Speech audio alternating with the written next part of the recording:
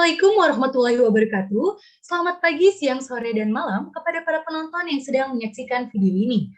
Pada kesempatan kali ini, kelompok kami akan melakukan diskusi mengenai film Selma, mulai dari sinopsis film hingga analisisnya yang berupa suprastruktur politik dan kaitannya dengan hak asasi manusia. Untuk bagian pertama, saya akan menjelaskan sinopsis dari film Selma. Film ini mengisahkan cerita nyata perjuangan tokoh bernama Dr. Martin Luther King, atau yang bisa kita sebut dengan Dr. King, dalam memperjuangkan hak asasi manusia orang berkulit hitam di Amerika Serikat. Pada tahun 1964, Dr. King, salah satu anggota dari Southern Christian Leadership Conference, menerima penghargaan Nobel untuk perdamaian. Namun, pada hari penobatannya, terdapat pengeboman di gereja yang menewaskan 4 orang anak kecil berkulit hitam. Di samping itu, di daerah Alabama, tepatnya di Selma, terdapat wanita parubaya berkulit hitam bernama Annie Lee Cooper sedang berusaha untuk mendaftarkan diri agar bisa berpartisipasi dalam pemilihan presiden Amerika Serikat. Akan tetapi, ia dipersulit dengan beberapa pertanyaan yang tidak penting oleh petugas berkulit putih yang sedang berjaga. Karena Annie tidak bisa menjawab pertanyaan terakhir dari petugas tersebut, akhirnya petugas itu menolak surat pendaftarannya, yang berarti ia tidak bisa menggunakan hak suaranya pada pemilu. Setelah terjadinya kedua peristiwa tersebut, Dr. King berkesempatan untuk menemui Presiden Lyndon B. Johnson untuk menanyakan tentang persamaan hak pemilih antara orang berkulit hitam dan berkulit putih. Serta, Dr. King menyampaikan pendapatnya mengenai banyaknya diskriminasi yang dialami oleh orang berkulit hitam. Dr. King juga meminta Presiden dengan kewenangannya untuk mengajukan rancangan undang-undang federal yang berisikan penegasan mengenai hak-hak pemilih agar warga kulit hitam bisa menggunakan hak suaranya untuk memilih dalam pemilu. Tidak adanya respon dari Presiden membuat Dr. King mencoba untuk mengajukan aksi tanpa kekerasannya di kota Selma bersama masyarakat di kota tersebut. Dengan bergabung pada organisasi The Student Non-Violence Coordinating Committee untuk menjadi kelompok penekan agar pemerintahan negara bagian Alabama menerima hak-hak politik dari warga kulit hitam, terutama dalam pemilu. Aksi pertama yang dilakukan Dr. King dan beberapa masyarakat berkulit hitam dengan demonstrasi di depan gedung pengadilan menimbulkan bentrokan sehingga Dr. King dan beberapa pemimpin lainnya ditangkap. Setelah Dr. King dan yang lainnya dibebaskan dari penjara, lalu melihat bagaimana bentrokan yang terus terjadi melalui siaran berita, banyak orang-orang di Selma dan juga orang-orang di daerah Amerika Serikat merasa simpati dan ikut mendukung Dr. King serta para pemimpin yang memperjuangkan HAM di Amerika Serikat. Sehingga hal tersebut membuat desakan kepada Presiden dan juga kepada pemimpin untuk segera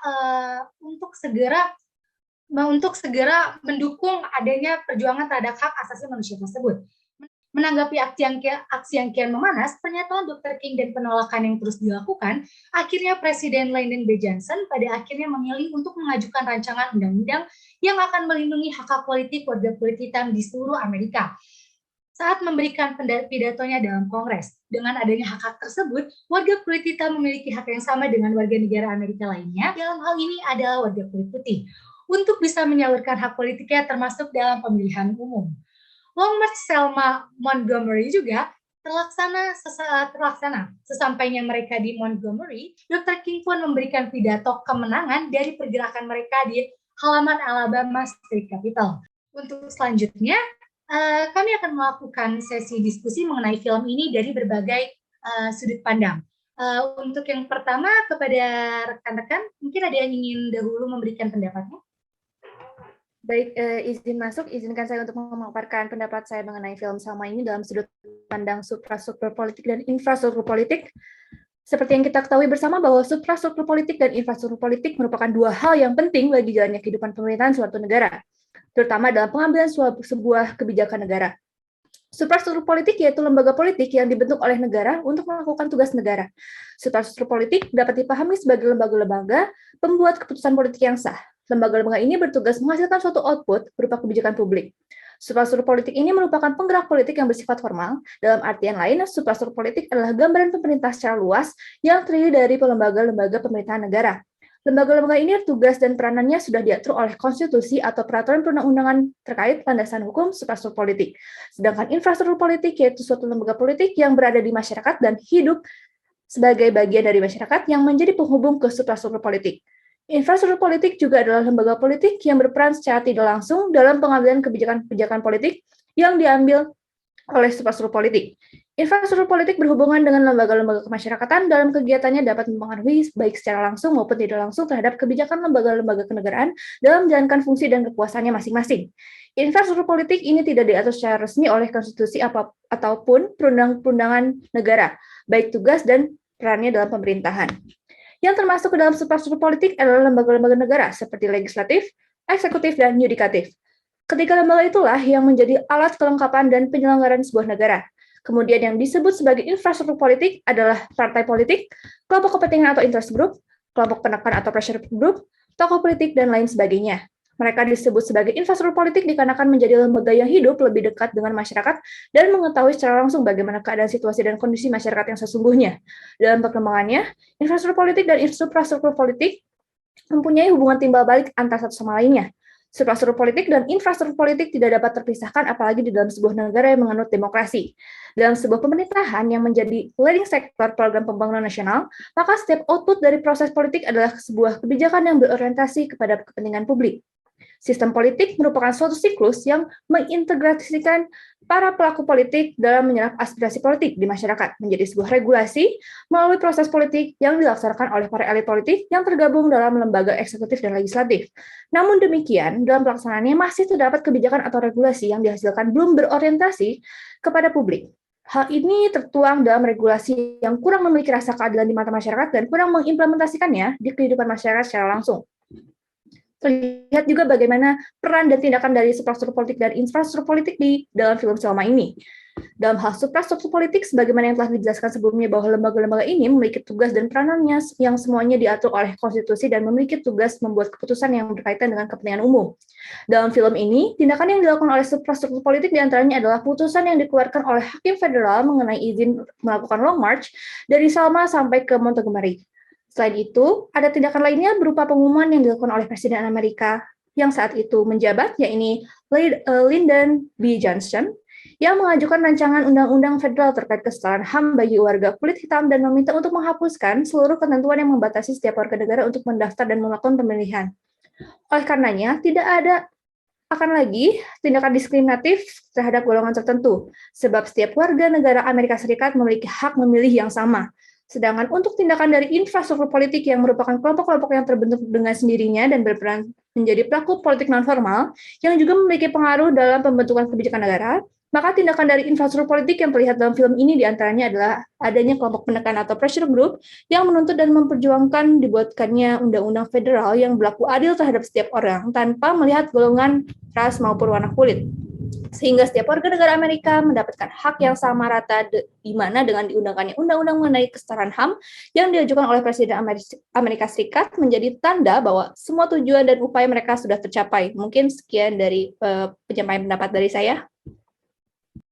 Baik, izin menambahkan bagaimana dilihat film Selma ini dari segi demokrasi dan bagaimana demokrasi itu berjalan. Tapi sebelumnya saya ingin menjelaskan pengertian demokrasi terlebih dahulu.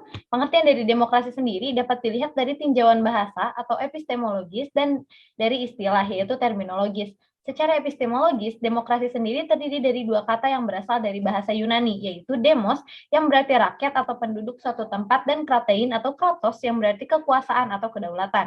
Jadi secara bahasa, demos kratein atau demos kratos adalah keadaan negara di mana dalam sistem pemerintahannya kedaulatan berada di tangan rakyat, kekuasaan tertinggi berada dalam keputusan bersama rakyat, rakyat berkuasa dan pemerintahan rakyat dan oleh rakyat. Sebagai bangsa yang demokratis, negara harus mengakomodasi aspirasi atau suara rakyat, khususnya kaum minoritas. Karena dalam sistem demokrasi, rakyat memegang kekuasaan penuh atas pemerintahan yang dijamin secara konstitusional. Oleh karena itu, sebagai upaya menjalankan demokrasi yang bebas, adil, dan juga jujur, penentuan pemimpin harus dilakukan melalui pemilihan umum yang melibatkan penuh aspirasi rakyat atau kata kuncinya adalah legitimasi. Dengan kata lain, legitimasi merupakan salah satu tolok ukur apakah prinsip demokrasi dijalankan dengan sebaik-baiknya atau tidak, karena legitimasi merupakan representasi dari suara rakyat yang seharusnya dijadikan referensi utama oleh negara dalam menentukan pemimpin. Namun, yang dapat kita lihat, dalam film Selma ini, demokrasi yang diterapkan masih belum berjalan dengan yang seharusnya. Karena masih banyak sekali kasus pembatasan hak-hak untuk menyalurkan aspirasi yang dimiliki oleh masyarakat, terutama pada warga kulit hitam. Di mana yang kita ketahui, warga kulit hitam merupakan kaum minoritas di Amerika pada saat itu. Hak politik yang mereka miliki dibatasi. Aksi yang mereka lakukan banyak dicegah oleh pemerintah dengan cara-cara yang anarkis. Padahal, seperti yang kita tahu, aksi yang mereka lakukan adalah non-violent movement. Maka dari itu, pemerintah pun bahkan acuh dengan berbagai aksi yang dilakukan oleh para demonstran ini. Maka dari itu, dapat kita lihat bahwa penerapan demokrasi pada Amerika pada saat itu masih belum berjalan dengan baik karena alasan yang sudah disebutkan sebelumnya. Mungkin begitu pendapat dari saya. Baik, izinkan saya melanjutkan mengenai analisis saya mengenai apakah kesetaraan warga negara itu sebuah hal yang given atau ada perlu perjuangan. Tentu seperti yang sudah kita lihat dalam film Selma pun tergambar ya, bagaimana kesetaraan itu dapat tercapai berkat perjuangan dari masyarakat yang berusaha untuk mewujudkannya. Sehingga di sini terbukti bahwa kesetaraan bukan merupakan hal yang given atau sebuah pemberian yang cuma-cuma, melainkan didapat dari hasil perjuangan. Ada salah satu kutipan pidato terkenal berjudul I Have a Dream oleh Martin Luther King Jr., yaitu No, we are not satisfied, and we will not be satisfied until justice roll down, like waters and righteousness like a mighty stream. Yang berarti, tidak, kita tidak akan puas sampai keadilan tercapai. Dari pidato tersebut ini, kita bisa mengerti ya, bahwa masyarakat tuh tidak bisa hanya diam dan merasa puas begitu saja. Kunci dari tercapainya kesetaraan ini sesungguhnya membutuhkan semangat perjuangan dari masyarakat itu sendiri. Dari film Selma ini kita juga dapat mengerti bahwa sesungguhnya apa yang terjadi di Amerika pada saat itu merupakan salah satu bentuk ketidaksetaraan dan diskriminasi yang membuat masyarakat kulit hitam itu berada di bawah kuasa ketidakadilan. Dengan itu pula, Martin Luther King Jr. membangkitkan semangat masyarakat untuk tidak lagi diam dalam derita penindasan dan mau berjuang bersama memperjuangkan kesetaraan menuju batu pada persaudaraan. Dari situlah masyarakat akhirnya bersatu menyatukan semangat untuk memperjuangkan hak-hak dan suara mereka untuk memberantas diskriminasi rasisme tadi menuju keadilan dan kesetaraan seperti yang diimpikan. Upaya dan wujud nyata bersama itulah yang akhirnya mengantar masyarakat berhasil sampai ke pintu gerbang keadilan dan kesetaraan bagi masyarakat kulit hitam pada saat itu. Bayangkan jika saat itu masyarakat hanya diam, tidak memperjuangkan hak-hak dan suaranya, merasa puas-puas saja dengan penderitaan yang dialaminya, dan menerima diskriminasi oleh kaum supremasi kulit putih begitu saja tanpa adanya perlawanan dan perjuangan, apakah saat ini dunia akan sedamai sekarang? Jika hal itu terjadi, mungkin benar ya apa yang digambarkan Martin Luther King dalam pidato I Have a Dream miliknya tadi, bahwa mungkin hingga 100 tahun kemudian kita harus menghadapi fakta tragis bahwa orang-orang kulit hitam masih belum merdeka. 100 tahun kemudian kehidupan orang-orang kulit hitam masih saja dilumpuhkan oleh borgol pemisah-pemisah serta rantai diskriminasi. 100 tahun kemudian orang-orang kulit hitam tinggal di sebuah pulau kemiskinan yang sepi di tengah lautan kemakmuran materi yang luas. Diskriminasi akan terus berjalan, dunia penuh dengan krisis moral kemanusiaan, dan itu akan terjadi jika tidak adanya perjuangan dari masyarakat itu sendiri. Sehingga di sini terbukti bahwa kesetaraan bukan merupakan hal yang given atau sebuah pemberian yang hanya cuma-cuma, melainkan didapat dari hasil perjuangan. Sekian dari saya. Baik, selanjutnya izinkan saya untuk memaparkan pendapat saya. Banyak orang yang bertanya apakah negara barat yang menjunjung tinggi hak asasi manusia sejak abad ke-17 langsung mempraktikannya atau tetap membutuhkan waktu dan proses, termasuk bagaimana relasinya dengan white supremacy. Negara barat yang menjunjung tinggi hak asasi manusia tetap membutuhkan waktu dan proses dalam mempraktikannya, karena dalam kenyataannya, sejak tahun 1954 hingga kini, tuntutan persamaan atau kesetaraan hak sipil warga kulit hitam dan warga kulit putih di Amerika Serikat masih terus diperjuangkan. Karena sesungguhnya, tidak mungkin untuk menyadarkan setiap orang akan kesetaraan antara warga kulit hitam dan putih. Masih banyak orang yang berpandangan tentang white supremacy. Nah, kemudian saya akan menjelaskan terlebih dahulu apa itu white supremacy. White supremacy atau supremasi kulit putih merupakan pandangan ras kulit putih lebih kuat dan lebih unggul daripada ras lainnya. Rasisme anti hitam dan antisemitisme juga dikaitkan dengan konsepsi white supremacy. Bahkan, konsep supremasi putih juga digunakan sebagai justifikasi bahwa ras kulit putih bukan hanya kuat, tetapi juga harus berkuasa dan boleh membinasakan kelompok-kelompok yang bukan kulit putih tersebut. Pandangan seperti ini mengakibatkan kaum kulit putih dianggap kaum kulit hitam dianggap budak atau kelas bawah di Amerika. Diskriminasi ini terbentuk karena adanya hukum atau kebiasaan yang mengedepankan hak terhadap kelas tertentu atau menolak hak dari kelas tertentu. Diskriminasi pada warga kulit hitam pun sampai sekarang masih terjadi. Sebagai contoh kasusnya yaitu pembunuhan yang menimpa George Floyd sebagai korban. Floyd merupakan warga negara Amerika Serikat berdarah African American yang dicurigai menggunakan uang palsu saat melakukan transaksi di sebuah toko pada tanggal 25 Mei 2020. Singkat cerita, akibat kecurigaan tersebut, akhirnya Floyd dikerumuni oleh 4 orang polisi yang kemudian menahan leher Floyd dengan lututnya hingga Floyd susah bernafas dan akhirnya meninggal di tempat. Kemudian, contoh lain yang sebagaimana dikisahkan dalam film Selma, di mana masih terdapat white supremacy atau kekuatan kulit putih pada masa itu yang mengakibatkan terjadinya diskriminasi dalam kehidupan berpolitik antara orang kulit hitam dan orang yang berkulit putih. Film yang berlandaskan pada kisah nyata itu menjelaskan bahwa saat itu di Amerika Serikat, orang kulit hitam dipandang rendah dan diremehkan hak-haknya, seperti maraknya penyiksaan terhadap orang kulit hitam dan juga penolakan hak untuk mengikuti pemilu bagi mereka. Dengan maraknya diskriminasi yang dirasakan orang kulit hitam, pada akhirnya mengakibatkan mereka melakukan demonstrasi untuk memperjuangkan hak-hak mereka, sehingga pada akhirnya membuat desakan bagi Presiden Amerika Serikat pada saat itu untuk mengajukan rancangan undang-undang yang akan melindungi hak-hak politik warga kulit hitam di seluruh Amerika agar dapat setara dengan warga lainnya yaitu warga kulit putih. Pemerhati hak asasi manusia bersama warga dunia berpendapat bahwa kasus-kasus tersebut ada hubungannya dengan isu rasisme terhadap kelompok kulit hitam di Amerika Serikat. Rasisme dan diskriminasi harus dihilangkan karena pemikiran ini bisa dimiliki oleh siapa saja, serta sebagaimana mudahnya pemikiran ini mengakar dan mudah terkait dengan kebijakan yang menciptakan kesenjangan sosial, ekonomi, budaya, dan politik yang berbahaya. Cara yang paling benar melawan rasisme dan diskriminasi ialah dengan cara menjadi seorang yang aktif melawan tindakan dan perilaku rasisme Anda, dengan kata lain menjadi seorang yang anti-rasis. Seperti itu pendapat dari saya. Terima kasih. Baik, terima kasih kepada teman-teman sekalian yang telah menyampaikan pendapatnya dalam diskusi kali ini. Diskusi tadi sangat menambah wawasan kita, terutama mengenai yang pertama, bagaimana peran infrastruktur politik dan suprastruktur politik dalam pengambilan kebijakan negara. Yang kedua, bagaimana suatu demokrasi berjalan.